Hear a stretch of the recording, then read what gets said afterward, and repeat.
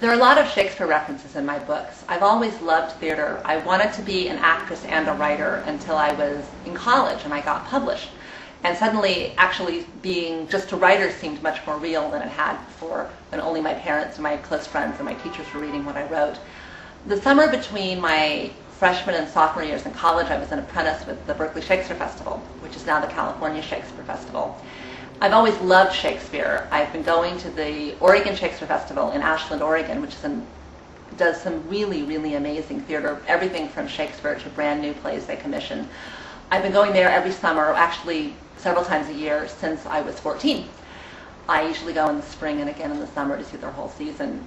I find Shakespeare particularly inspiring as a writer, just the depth of the characters and the combination of dealing with political issues and personal issues, and the intersection of the two is endlessly fascinating.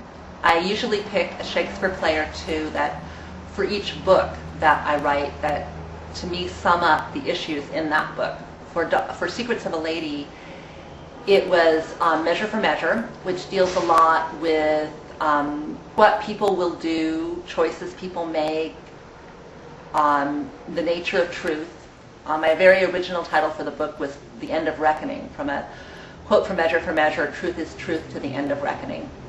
And also Troilus and Cressida, which is about war and love in the face of war, people in love on opposite sides, a woman who becomes a pawn of war, who is referred to as a daughter of the game, which was the title that Secrets of a Lady was originally published under. For Beneath the Silent Moon, I was dealing a lot with Hamlet. I was looking at sort of the legacy of one generation on the next generation, fathers and sons, childhood friends, like Hamlet and Ophelia, Hamlet and Laertes, fathers and daughters, Polonius and Ophelia, and also sort of the scandal and corruption and how what one generation does affects the next generation.